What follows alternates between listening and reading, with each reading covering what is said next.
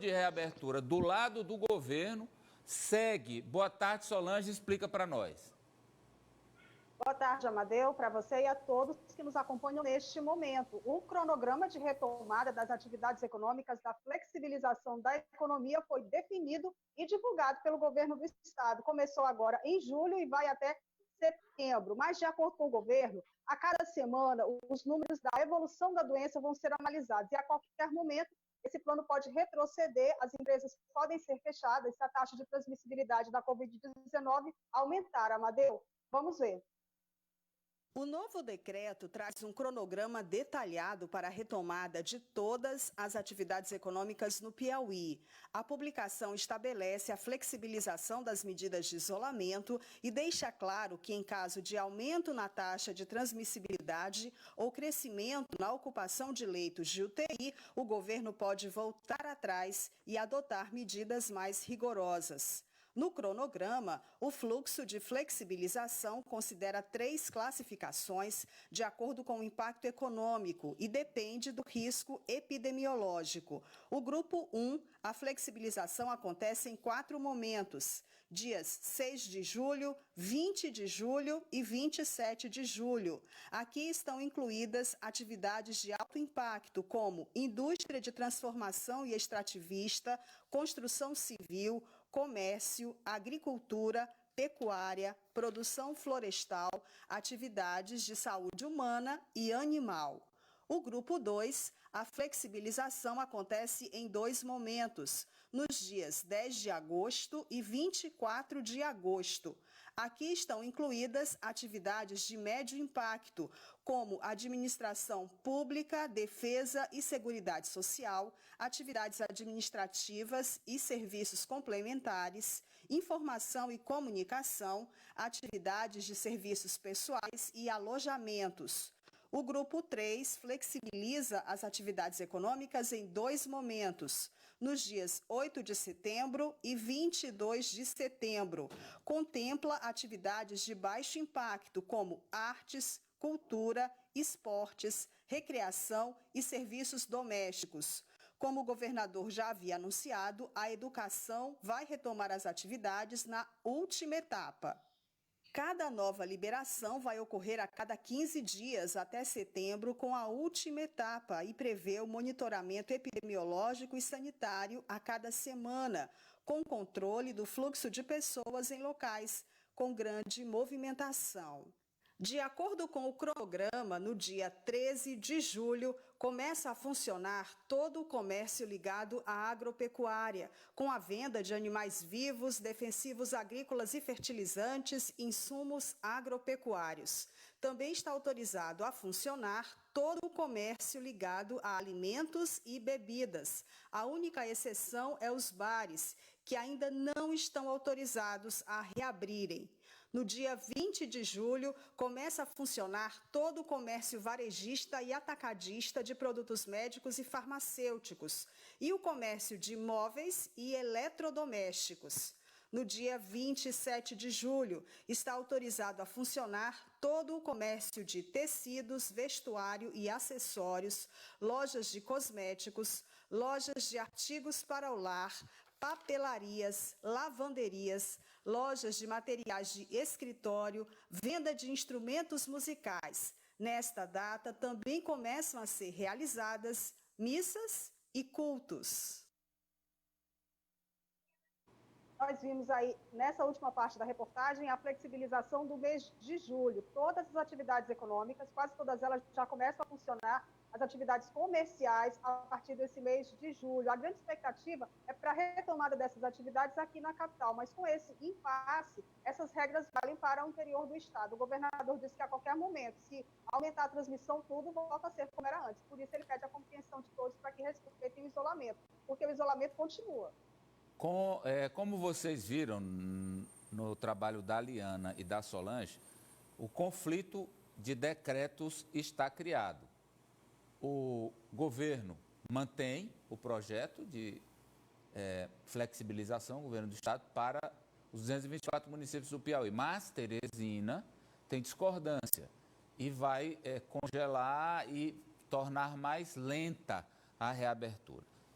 nesse conflito de leis, né, de decretos, o que prevalece? Nós perguntamos ao presidente da OAB, Celso Barros Neto. Ele explicou como funcionam os decretos, explicou o que o Supremo Tribunal Federal determinou sobre esse momento da pandemia e o entendimento dele. Vamos ver. Os decretos são atos normativos, não têm a força de uma lei, de uma Constituição Federal. Nós temos uma pirâmide normativa em que o ápice dessa pirâmide está a Constituição Federal. Depois vem as leis federais, as leis estaduais e as leis municipais. Os decretos no âmbito federal, estadual e municipal servem para disciplinar o que as leis têm.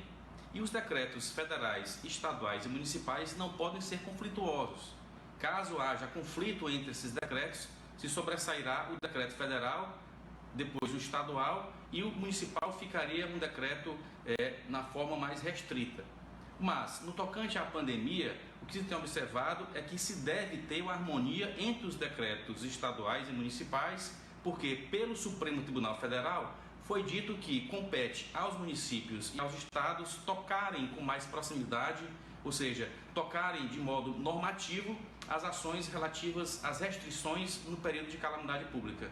Então, um decreto municipal não pode ir contra o estadual, mas também o estadual não pode ir contra o municipal, desde que cada um deles esteja ocupando a restrição que é imposta através dos interesses localizados no âmbito do município e dos interesses regionais no âmbito dos estados. É importante que haja essa harmonia, que o Estado compreenda os interesses dos municípios e os municípios, por sua vez, os interesses do Estado. Com essa harmonia, a população certamente estará mais segura do que pode ou não pode fazer.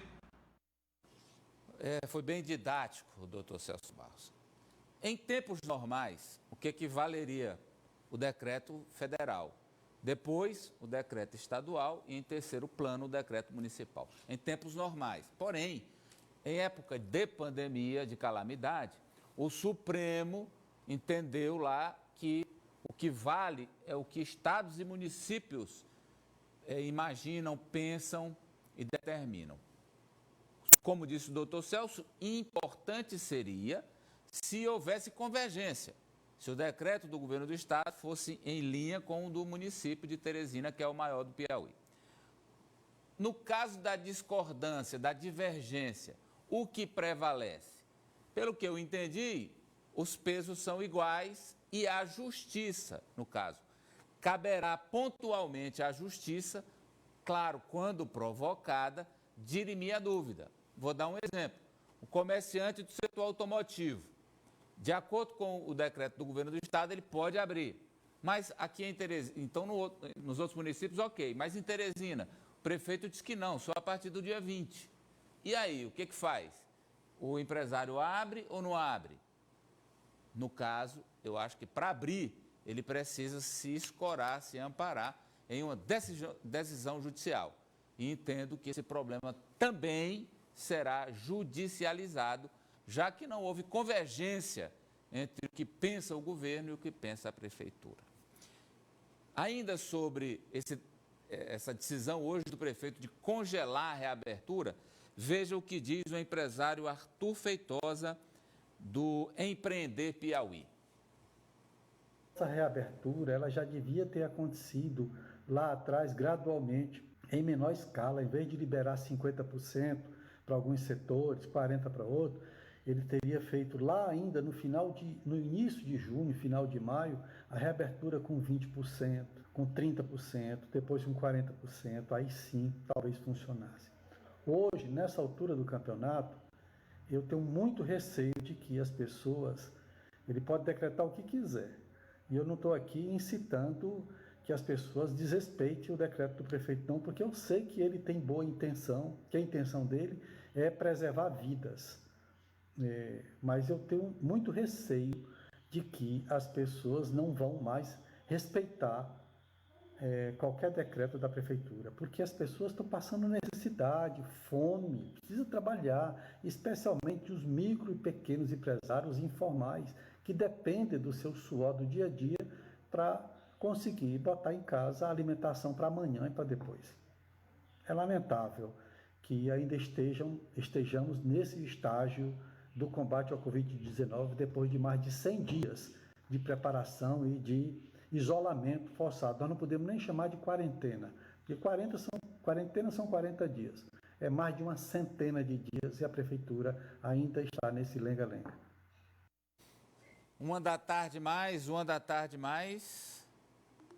1h20, a hora certa do programa Enem para Todos. É o seguinte, você que é vestibulando, hein?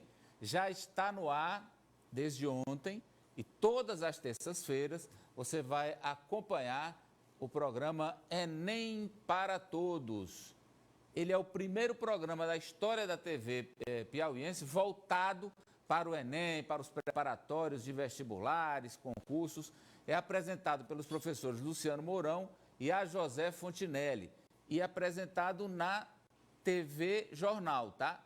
20.1, toda terça-feira, 7h, TV Jornal 20.1, Enem para Todos. Mais informações no Instagram, lá o @programa Enem para Todos, também pelo WhatsApp 99411 1123, 99411 1123. O programa Enem para Todos é um oferecimento, tem patrocínio do Instituto Magister de Ensino.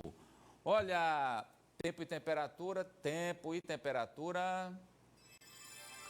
Redenção do Gurgueia, a mínima é 19 e a máxima é 34. Na Faculdade 7, o aluno tem a oportunidade de se matricular em qualquer mês do ano através do seu inovador projeto, que é o sistema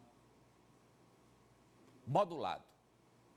A Faculdade 7, genuinamente piauiense, é a única no Brasil que dispõe desse sistema onde as aulas são presenciais e uma vez por mês, de quinta a domingo. Então você faz o seu bacharelado em Direito, por exemplo, nesse formato, só na Faculdade 7. Claro que durante esse período de quarentena, as aulas estão sendo administradas em ambiente virtual de aprendizagem. 7.etu.br e 3025-2647 são os telefones para contato. Faça 7, faça parte da melhor. Eu volto agora com a Solange e as informações da Covid, né? Uma morte por hora de 24 horas para cá, Solange. Exatamente, Amadeu. Os números ainda são muito preocupantes. 24 mortes em 24 horas, 897 novos casos. A doença agora, Amadeu, chega a 95,09% dos municípios piauienses. São 28.411 casos confirmados, 12.527 descartados, mais de 91 mil testes rápidos que deram negativo, 858 vítimas fatais, 26.642 pessoas recuperadas oficialmente, 911 internadas, 1.249 altas médicas e 308 pacientes ainda estão em UTIs. Parnaíba, com o Carlos Mesquita, que vai dar para nós a atualização da Covid lá e falar de uma multa em Piripiri. Olá, Mesquita, boa tarde. Olá, Amadeu, boa tarde a todos que assistem a Rede Meio Norte, o programa agora em todo o Brasil. Amadeu, Parnaíba já passa dos 3.679 casos confirmados da Covid-19, a última atualização do dia 7, às 21 horas, atualização do boletim epidemiológico da Secretaria de Saúde do município, informa também que 1.132 pessoas conseguiram se recuperar da doença. Ainda existem 2.435 pessoas em isolamento domiciliar, 31 delas, essas pessoas que estão testadas positivo, estão em leitos clínicos, 8 estão em leitos de UTI e Parnaíba já registra 73 óbitos provocados pelo novo coronavírus que causa a doença Covid-19. Amadeu, sobre a situação do prefeito que foi multado, é o prefeito Luiz Menezes, da cidade de Piripiri. O Ministério de Piripiri fica aqui no norte do estado do Piauí. E o Ministério Público do estado do Piauí, através da 3ª Promotoria de Justiça da comarca de Piripiri, em uma ação civil pública, pediu o cancelamento imediato de todos os eventos da programação de 110 anos do município e ainda a aplicação de multa no valor de R$10.000 ao prefeito Luiz Menezes e incidir sobre o patrimônio pessoal, por ele estar promovendo aí, segundo o Ministério Público, aglomerações e descumprindo o próprio decreto e normas estaduais. Então, nas solenidades já realizadas, né, então foi registrado pelo Ministério Público, inclusive no processo tem as fotografias desses registros onde eles afirmam que existe o descumprimento do decreto e também das normas estaduais. Então, ele foi multado no valor de R$10.000, o prefeito, segundo informações ainda do Ministério Público, viu, Amadeu, por questões também de que o comércio lá, os pequenos comerciantes, inúmeros comerciantes, eles já pagaram multas e tiveram também seus locais de trabalho interditados por ter sido determinado na ação do Ministério Público.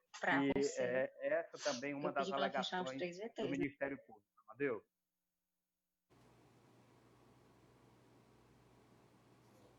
É isso, Mesquita. Um abraço. 1h mais, 26 minutos. É hora certa do programa Enem para Todos, que já estreou toda terça-feira, a partir de 7 da noite, 19 horas, na TV Jornal.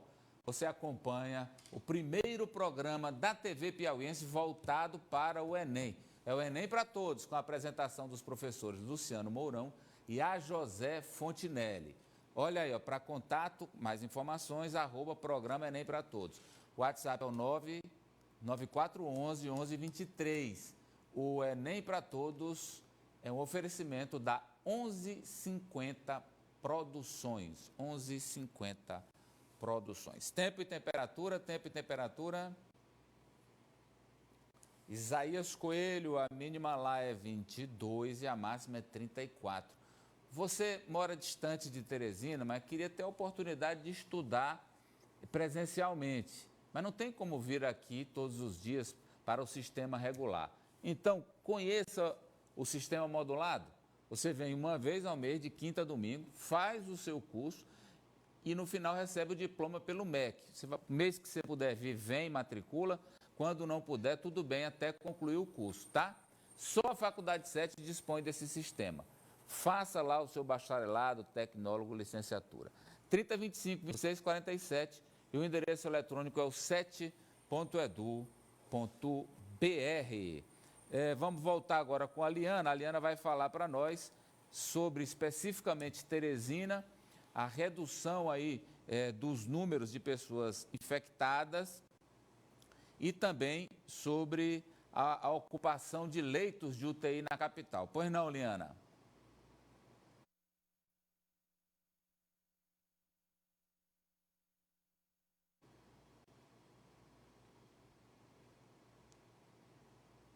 Abre o áudio, Liana. Ok? Sim, tá me ouvindo? Eu não fechei. Vamos lá. Esses dados foram apresentados pelo prefeito Firmino Filho e eles foram utilizados como argumento para essa questão do congelamento, porque ele diz que, embora a transmissão esteja reduzindo, nós ainda temos pacientes doentes e temos alta ocupação de UTIs, Amadeu. Então, ele apresentou os dados relativos, vamos lá, ocupação de leitos de UTI só do setor público em Teresina, 78%. E estava em 82%, né, baixou para 78, mas ainda é um número muito alto, né, e ele disse que vai resolver esse problema com a questão aí do hospital de campanha, que ainda não está aberto, o hospital de campanha João Claudino. Ele também apresentou a questão das enfermarias,